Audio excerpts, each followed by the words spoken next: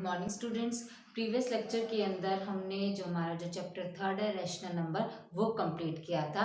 उसके बस आपके बच गए थे ऑब्जेक्टिव असाइनमेंट के क्वेश्चन। ऑब्जेक्टिव असाइनमेंट के अंदर जस्ट ओनली आपका क्या फिल इन द ब्लैंक्स है एंड ट्रू और फॉल्स है। वो सारे के सारे जो है क्वेश्चन जितने भी हमने कंसेप्ट किए हैं रैशनल नंबर के चैप्टर के अंदर, जितने भी छोटी छोटी बातें पढ़ी है उनके ऊपर बेस्ड है। वो सारे क्वेश्चंस आप बहुत ही इजीली से कर पाओगे। और वो सारे क्वेश्चंस जो फिलअप है एंड ट्रू और फॉल्स है वो आपने मैथ्स की फेयर नोट की जो आपकी मैथ्स की बुक है उसी के अंदर करनी है। नोटबुक पे करने की कोई ज़रूरत नहीं है, डायरेक्ट आप मैथ्स की बुक के अंदर ही कर सकते हो। और अगर आपसे कोई क्वेश्चन नहीं हो पाता है, कोई कंसेप्ट आपको ध्यान में नहीं आता है, जिससे कोई फिल इन द ब्लैंक्स या कोई ट्रू और फॉल्स रह जाता है, तो आप मेरे से कॉल करके पूछ सकते हो। आपके जो भी डाउट्स होंगे वो क्लियर हो जाएंगे। क्लियर। आज हम स्टार्ट कर रहे हैं हमारा next chapter, that is chapter 5 algebraic expression. Algebraic expression का जो चैप्टर है ये बहुत ही ज़्यादा इम्पॉर्टेंट है, not only for this 7th class, ये 8th class, 9th class, 10th का जब तक आप मैथ पढ़ोगे तब तक इस चैप्टर के अंदर जो कंसेप्ट लगते हैं, जिस तरीके से ये सम किए जाते हैं, वो हर एक क्लास के अंदर आपके आएंगे। This chapter is very important, ध्यान से इसको समझिएगा। आज हम क्या करेंगे इस चैप्टर के अंदर, इस जो चैप्टर 5 का जो फर्स्ट असाइनमेंट है उसके अंदर क्या क्या टर्म्स यूज हो रही है, किस तरीके के क्वेश्चंस आएंगे, उसमें क्या क्या कंसेप्ट लगेंगे, आज हम जस्ट उन कंसेप्ट के बारे में डिटेल के अंदर स्टडी करेंगे। ओके। आपका जो चैप्टर का नाम है वो है अलजेब्राइक एक्सप्रेशन। अलजेब्राइक एक्सप्रेशन के बारे में पढ़ने से पहले दो छोटी छोटी डेफिनेशंस आती है, पहले हम उनको क्लियर करेंगे। फर्स्ट जो डेफिनेशन आपकी आती है वो है कांस्टेंट, कि कांस्टेंट क्या होता है। कांस्टेंट जो है वो जस्ट एक नंबर होता है, जो ऐसे नंबर जो आप अब नर्सरी क्लास से लेकर अब तक पढ़ते आए, 1 2 3 -1 -5/3 -7 100 लाख अरब, ये जितने भी नंबर्स आप पढ़ते हो, 0.5 √7, ये जितने भी नंबर्स के बारे में हम पढ़ रहे हैं ना, वो जो नंबर्स होते हैं उनको हम बोलते हैं कांस्टेंट है। ठीक है। कांस्टेंट को या फिर ऐसे डिफाइन कर सकते हो जिनकी वैल्यू फिक्स रहती है, जो चेंज नहीं होते। जैसे फॉर एग्जांपल 2, ये फिक्स रहेगा, 2 तो 2 ही रहेगा, 3 तो कभी बनेगा नहीं। ये जो नंबर्स होते हैं या जिनकी वैल्यू फिक्स होते हैं उन्हें हम कांस्टेंट बोलते हैं। 2 हो गया, जैसे 3 -5/3 100, ये सारे के सारे जितने भी हम नंबर्स के बारे में स्टडी करते आ रहे हैं जिनकी वैल्यू फिक्स होती है, these are a constant. Clear. 5 7/3 0.1, जितने भी नंबर्स आपने स्टडी किए हैं और इन नंबर्स की वैल्यू फिक्स रहती है, कभी चेंज नहीं होती। 2 2 रहेगा, 3 3 रहेगा, -5/3 -5/3 रहेगा, ये चेंज नहीं होते। तो ये जितने भी नंबर्स होते हैं इनकी वैल्यू फिक्स होती है, इनको हम बोलते हैं कांस्टेंट। क्लियर। नेक्स्ट डेफिनेशन आती है दैट इज वेरिएबल। वेरिएबल देखिए क्या होते हैं, वेरिएबल उनको बोलते हैं जिनकी वैल्यू चेंज होती है, जिनके बारे में हमें कोई इंफॉर्मेशन नहीं होती। और इन वेरिएबल्स को हम एक जो आपके अल्फाबेटिकल वर्ड्स लेटर है उनसे डिनोट करते हैं। जैसे कई बार आपको ए से मिल जाएगा बी सी डी, कई बार आपको x Y Z W t etcetera, इस तरीके के लेटर से उन्हें डिनोट किया जाता है। आपने देखा होगा एक बार ए बी सी डी किसी सम के अंदर आ जाते हैं, एक्स वाई जेड डब्ल्यू टू, इनके बारे में कोई इंफॉर्मेशन नहीं होती, या फिर ये बोल सकते हो कि इनकी वैल्यू चेंज होती रहती है। जो वैल्यू हम इनको देंगे ये वही वैल्यूज ले लेंगे। अगर मैं एक्स बोल दूं कि x2 है तो x2 बन जाएगा, अगर मैं ये बोलती हूँ कि x3 है तो x की वैल्यू 3 हो जाएगी। इनकी वैल्यू चेंज होती रहती है, या फिर जिनके बारे में हमें कोई इंफॉर्मेशन नहीं होती उनको हम क्या बोलते हैं, वेरिएबल्स। और वेरिएबल्स को डिनोट किया जाता है इन लेटर से, जो आपके अल्फाबेटिकल लेटर है ए बी सी डी, कई बार X Y Z W T, ये मिल जाएंगे। क्लियर। नेक्स्ट जो आते हैं आपके पास, अब इन कांस्टेंट और वेरिएबल को जब हम मिलाएंगे with the help of operation, operation जैसे addition, subtraction, division, and multiplication, तब जाकर के आपकी ये अलजेब्राइक एक्सप्रेशन तैयार होती है। ठीक है, तो पहला वर्ड पढ़ा हमने कांस्टेंट, वेरिएबल। अब थर्ड थिंग है that is operation. Operation means sign, कि कौन कौन से साइन आप इस पूरे चैप्टर के अंदर यूज करोगे। प्लस हो सकता है वो ऑपरेशन, माइनस, मल्टीप्लिकेशन हो सकता है, वो ऑपरेशन आपका डिवाइड हो सकता है। ठीक है, जब आप इन तीनों चीज को मिला दोगे, कांस्टेंट को, वेरिएबल को और ऑपरेशन को, इन तीनों चीज से मिलकर बनता है अलजेब्राइक एक्सप्रेशन। वो देखिए कैसे, algebraic expression, algebraic expression, constant, variables and operation, जब ये तीनों चीजें आपस में मिक्स होंगी तब जाकर के आपका बनेगा अलजेब्राइक एक्सप्रेशन। वो देखो किस तरीके से बनेगा। सपोज कीजिए मैंने एक वेरिएबल यूज कर लिया a, ऑपरेशन यूज किया प्लस, एक कांस्टेंट यूज कर लिया 3, फिर वेरिएबल यूज किया b। 3 और b के बीच में कौन सा साइन है, जब कोई साइन नहीं होता बीच में तो वो साइन माना जाता है मल्टीप्लाई का। तो देखिए variable a, operation plus, constant 3, operation multiply and then variable b। So variable, operation and constant, इन तीनों चीज से मिलकर बन गया अलजेब्राइक एक्सप्रेशन। जब आप अलजेब्राइक एक्सप्रेशन देखोगे तब उसमें आप हर एक चीज को देखोगे, वेरिएबल भी होगा उसके अंदर, कांस्टेंट भी होगा उसके अंदर और ऑपरेशन भी होगा उसके अंदर। ठीक है, क्लियर। और भी देखिए और अलजेब्रिक एक्सप्रेशन हम बना सकते हैं, जैसे 3 constant, variable x, x square, x square का मतलब इसमें x 2 है। ठीक है, 2x है, एक y लिया, फिर बीच में मैंने लगा दिया सपोज कीजिए प्लस, फिर 2 लगाया, y स्क्वायर माइनस किया मैंने सपोज, फिर 8xy, ये हो गया आपका अलजेब्रिक एक्सप्रेशन। कांस्टेंट है 3, 2 एंड 8, ऑपरेशन है प्लस 3 और x के बीच में मल्टीप्लाई, x और y के बीच में मल्टीप्लाई, 2 और y स्क्वायर के बीच में मल्टीप्लाई, 8 और x के बीच में मल्टीप्लाई, x और y के बीच में मल्टीप्लाई। वेरिएबल्स है x square, y square, x and y। देखा, वेरिएबल से, कांस्टेंट से एंड ऑपरेशन से मिलकर के जब तीनों चीजों को हम मिला देते हैं तब हमारा क्या बनता है, अलजेब्राइक एक्सप्रेशन। ठीक है, algebraic expression is the combination of constant, variables and the operation. Clear. अब इसके बाद जो नेक्स्ट आता है आपके पास, अब ये अलजेब्राइक एक्सप्रेशन को ध्यान में रखना, जितनी भी डेफिनेशन हम पढ़ेंगे वो इस अलजेब्राइक एक्सप्रेशन के ऊपर बेस्ड होगी। क्लियर। नेक्स्ट हम पढ़ते हैं terms, terms of an expression. जो आपकी अलजेब्राइक एक्सप्रेशन है इसके अंदर टर्म्स कैसे डिफाइन करते हैं, कैसे हमारी टर्म्स को फाइंड आउट करेंगे।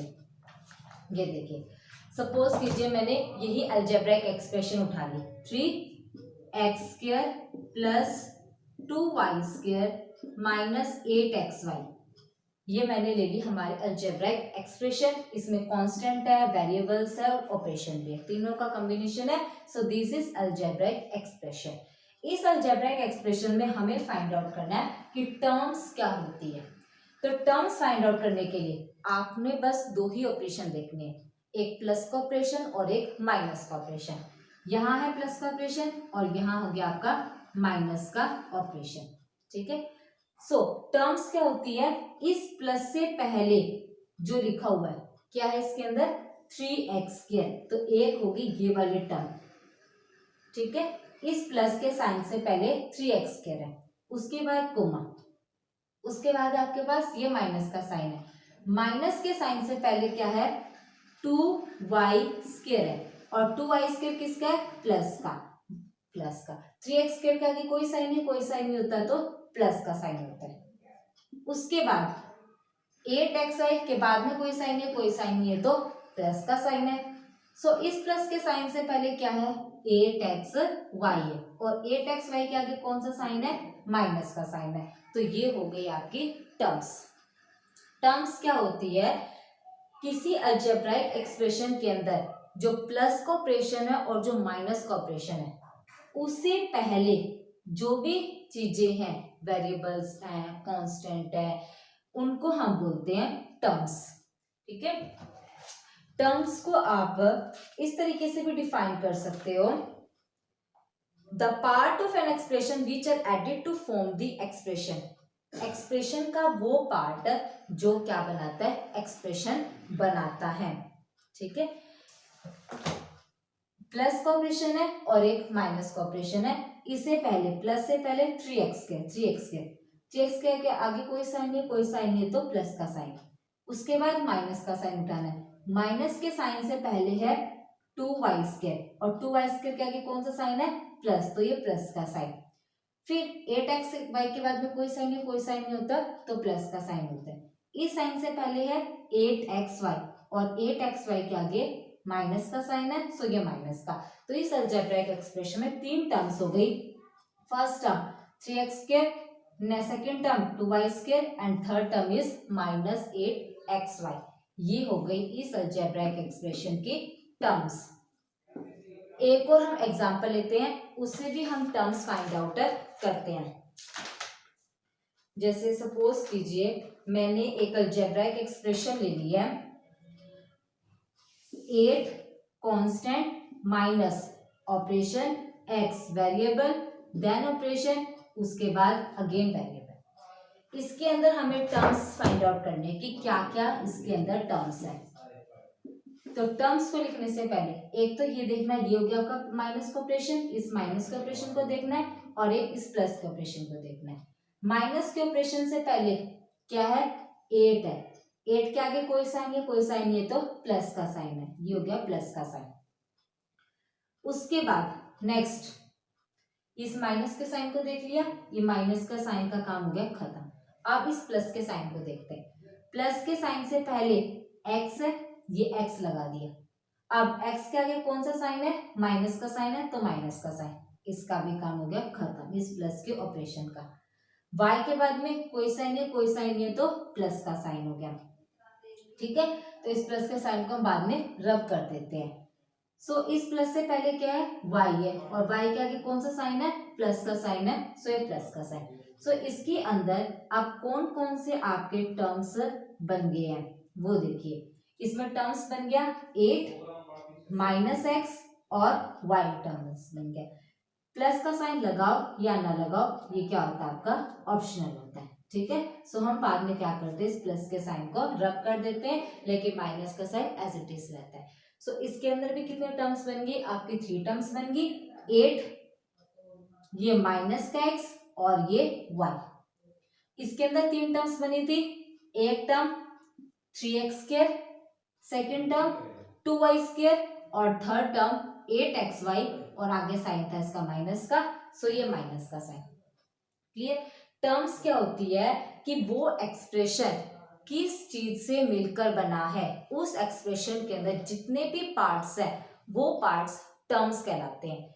एक इसमें दिखाई दे रहा है 3x² तो ये एक टर्म हो गया, एक इसके अंदर अलग से है 2y² तो ये टर्म हो गया, एक इसके अंदर अलग से दिखाई दे रहा था 8xy और उसके आगे साइन था माइनस का, तो माइनस के साइन को तो छोड़ना नहीं है, तो ये टर्म हो गया।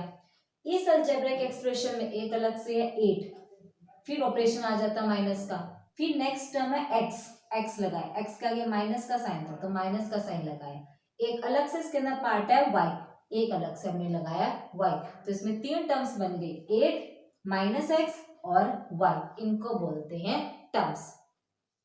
अब नेक्स्ट जो डेफिनेशन आती है आपकी वो है टर्म्स के बाद दैट इज अ फैक्टर, कि फैक्टर क्या होता है। अब वो देखिए फैक्टर फाइंड आउट करते हैं। अब फैक्टर जो है अलजेब्रिक एक्सप्रेशन से हमने टर्म्स निकाला, अब टर्म से हम फैक्टर निकालेंगे। ठीक है, जो ये टर्म्स है इस टर्म से हम निकालेंगे हमारा फैक्टर। वो देखिए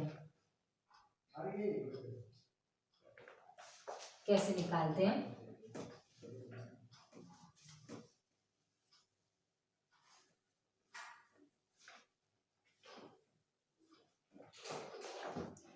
फैक्टर निकालते हैं, फैक्टर टर्म्स हो गया।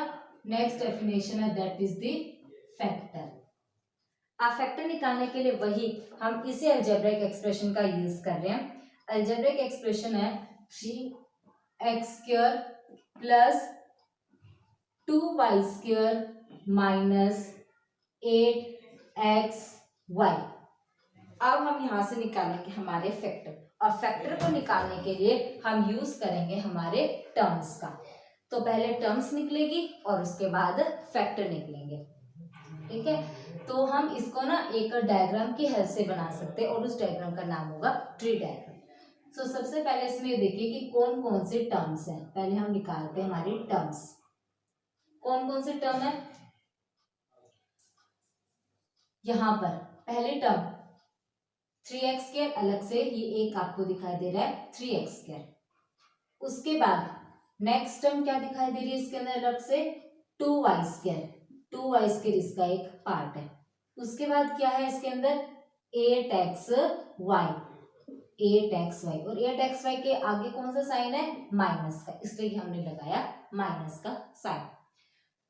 2y² के आगे ऐसे प्लस का साइन है, प्लस का साइन लगाओ या ना लगाओ वो अपनी चॉइस है, इसलिए मैंने यहाँ कोई साइन नहीं लगाया। 3x² के आगे भी प्लस का साइन है, लगाओ या ना लगाओ अपनी चॉइस है, लेकिन माइनस का साइन लगाना होता है। ये बन गई टर्म्स। अब हम निकालते हैं फैक्टर। अब फैक्टर देखो कैसे निकलेगा। टर्म्स हो गई ये, टर्म्स के अंदर निकलते हैं आपके फैक्टर्स। यहाँ निकलेगा इसका फैक्टर, यहाँ हम निकालेंगे इसके फैक्टर और यहाँ निकालेंगे इसके फैक्टर। फैक्टर होता है इस टर्म्स के अंदर क्या क्या है, क्या क्या है इसके अंदर? एक तो 3 है, तो 3 को अलग कर दिया। और क्या है इसके अंदर? x²। x का मतलब कितने x हो गए? 2x। एक x अलग कर दिया और दूसरे x को फिर अलग कर दिया। अब इसके बाद 2y², क्या क्या है इसके अंदर? एक 2 है, और क्या है? y² मीन्स 2y है, एक y यहाँ अलग कर दिया और दूसरे y को यहाँ अलग कर दिया। नेक्स्ट टर्म आपके -8xy, क्या क्या है इसके अंदर? एक तो है -8, इस -8 को अलग कर दिया।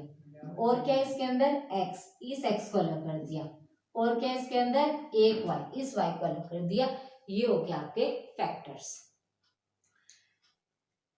कांस्टेंट, वेरिएबल और ऑपरेशन, तीन चीजों से मिलकर बनता है अलजेब्राइक एक्सप्रेशन। अलजेब्राइक एक्सप्रेशन में क्या क्या पार्ट है उनको बोलते हैं टर्म्स। क्या क्या है? 3x² है, 2y² है और 8xy। 8xy के आगे माइनस का साइन है तो माइनस का साइन, ये हो गया टर्म्स। टर्म से निकलते हैं फैक्टर। अब टर्म्स के अंदर क्या क्या है चीजें, क्या क्या पार्ट है, उन हर एक पार्ट्स को अलग अलग कर दो। 3x² के अंदर क्या क्या पार्ट है? 3 है, x के मतलब 2x है, दोनों x को अलग अलग कर दिया। 2y² के अंदर क्या है? एक 2 है और 2y है, दोनों y को अलग अलग कर दिया। -8xy के अंदर एक -8 है, फिर एक x है और एक y, इनको भी हमने अलग अलग कर दिया। ठीक है, so variable, constant and operation से मिलकर बन जाएगा अलजेब्रिक एक्सप्रेशन। अलजेब्रिक एक्सप्रेशन के अंदर जो जितने पार्ट्स हैं उनको बोलते हैं टर्म्स। उन टर्म्स के अंदर जितने पार्ट है फिर उन हर एक पार्ट को अलग अलग करना, उनको बोलते हैं फैक्टर्स। और ये ब्रांचेस से बनाई हमने, ये डायग्राम है, इस डायग्राम को बोलते हैं ट्री डायग्राम। क्या बोलते हैं इसको? ट्री डायग्राम, क्योंकि इसके अंदर ट्री की तरह ब्रांचेस निकल रही है, इसलिए इस डायग्राम का नाम है ट्री डायग्राम। ठीक है, अब जो नेक्स्ट चीज आती है वो है आपका कोफिशिएंट। जो कोफिशिएंट है वो भी आपका टर्म से ही निकलता है, कई बार फैक्टर से भी निकल जाता है, वो आपकी स्टेटमेंट के ऊपर डिपेंड होता है। अब देखिए हम निकालते हैं कोफिशिएंट। कोफिशिएंट निकालने के लिए भी हम इसी एक्सप्रेशन का यूज कर रहे हैं। कोफिशिएंट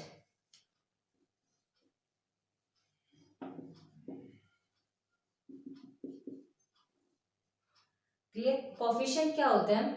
टर्म्स के अंदर कई बार बोलेगा न्यूमेरिकल कोफिशिएंट बताइए टर्म्स का, कई बार बोलेगा x का कोफिशिएंट, y का कोफिशिएंट, कई बार बोलेगा ये x² का कोफिशिएंट, y² का कोफिशिएंट बताओ। जैसे कि मैंने ये दोबारा से एक्सप्रेशन ले रही हूँ, एक अलजेब्रिक एक्सप्रेशन सेम लेते हैं, 3x² plus 2y² minus 8xy, ये अलजेब्रिक एक्सप्रेशन ले लिया। इसके अंदर ये किस तरीके के क्वेश्चन पूछ सकता है आपसे, कई बार बोलेगा कि न्यूमेरिकल कोफिशिएंट बताइए, न्यूमेरिकल कोफिशिएंट ऑफ टर्म्स, कि टर्म्स के न्यूमेरिकल कोफिशिएंट बताइए।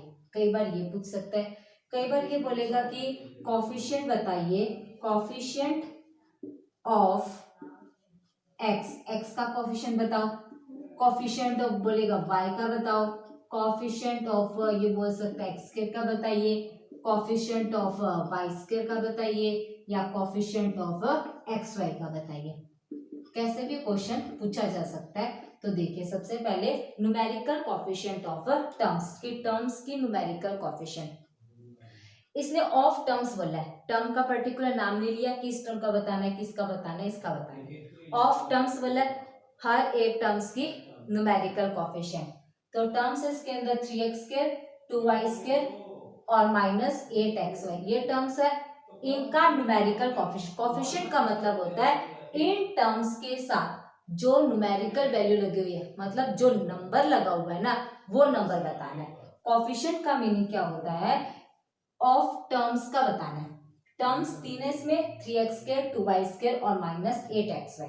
Numerical coefficient, numerical coefficient, numerical means number, coefficient means in terms के साथ, इन टर्म्स के साथ जो नंबर लगा हुआ है वो नंबर बताना है। तो पहली टर्म है 3x², 3x² के साथ क्या नंबर है, 3 है, तो ये हो गया आपका 3। नेक्स्ट 2y² टर्म है, 2y² के साथ कौन सा नंबर है, 2, तो ये हो गया next coefficient. Third next term है -8xy, इसके साथ कौन सा नंबर है, 8 है, और वो भी किसका है, ये 8 है, आगे जो साइन है माइनस का, इस माइनस के साइन को हमने नहीं छोड़ना। ये हो गया numerical coefficient of terms, terms यानी कि तीनों टर्म्स का बताना था। न्यूमेरिकल मतलब जो इनके साथ नंबर लगे हुए हैं, पहली के साथ 3, सेकंड के साथ 2 एंड थर्ड के साथ -8। उसके बाद आपने बताना कोफिशिएंट ऑफ एक्स, एक्स का कोफिशिएंट बताना है।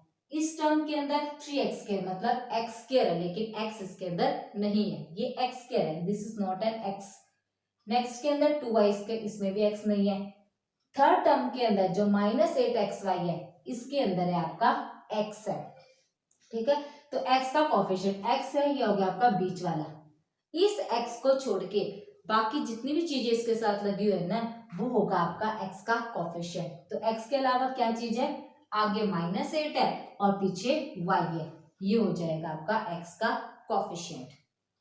नेक्स्ट में आपने बताना है y का कोफिशिएंट। पहले के अंदर y नहीं है, दूसरे के अंदर y² है, इसमें भी y नहीं है, थर्ड के अंदर y है, थर्ड के अंदर y का कोफिशिएंट बताना है। तो y को छोड़ के बाकी जो चीजें इसके साथ लगी हुई है वो y का कोफिशिएंट है। y को छोड़ के क्या लगा हुआ है, -8x, तो ये हो जाएगा आपका y का कोफिशिएंट। उसके बाद आपने बताना है x² तो यहाँ x² के साथ क्या लगा हुआ है, 3, तो x² का कोफिशिएंट हो गया 3। यहाँ x² नहीं है, यहाँ अकेला x है, x² नहीं है, तो यहाँ भी कोई कोफिशिएंट नहीं है। अब y² का कोफिशिएंट, इसके अंदर कोई y² नहीं है, सेकेंड टर्म में y² है, तो y² का कोफिशिएंट 2, तो ये हो गया आपका 2, और थर्ड टर्म के अंदर भी y² नहीं है, ओनली y है। जहां x बोले ओनली x को देखना है, x² को नहीं देखना है, y बोले तो ओनली y को देखना है, x² बोला तो x² को ही देखना है, y² बोला इसने तो y² को ही देखा है। अब उसने x और y के प्रोडक्ट को बोला है, इसमें x² है, इसमें y² है, लेकिन इसके अंदर आपका x और y है, तो x और y के साथ क्या लगा हुआ है, -8, तो इसका कोफिशिएंट हो गया आपका -8। कोफिशिएंट होता है कि जिसके साथ भी पूछे कि किसका कोफिशिएंट निकालना है, तो उस पर्टिकुलर टर्म्स को उठाइए, उसके साथ जो लगा होगा that is the coefficient. Okay, x बोला है तो x का ही देखना है, y बोले तो y का देखना है, x² बोला तो x² का, y² बोला तो y² का, और xy का बोले तो xy का ही देखना है। ये हो गया आपके कोफिशिएंट। बाकी की जो डेफिनेशन इसके अंदर बच गई है, लाइक और unlike terms, types of expressions, ये डेफिनेशंस हम करेंगे कल। आज हमने क्या इसके अंदर कॉन्स्टेंट्स क्या होते हैं, variables, algebraic expression, terms, factors and coefficient, so इतनी सारी डेफिनेशंस आपने क्लियर करनी है। और कल के लेक्चर में हम पढ़ेंगे लाइक एंड अनलाइक टर्म्स क्या होते हैं and types of algebraic expression और कुछ इससे रिलेटेड न्यूमेरिकल्स करेंगे। और साथ ही आपने आज करना है चैप्टर जो हमारा थर्ड था लेसन नंबर, उसके ऑब्जेक्टिव असाइनमेंट कंप्लीट करनी है अपने मैथ्स की बुक के अंदर, और ये डेफिनेशंस पढ़नी है, constants, variables, algebraic expression, terms, factors and coefficient. Okay, thanks.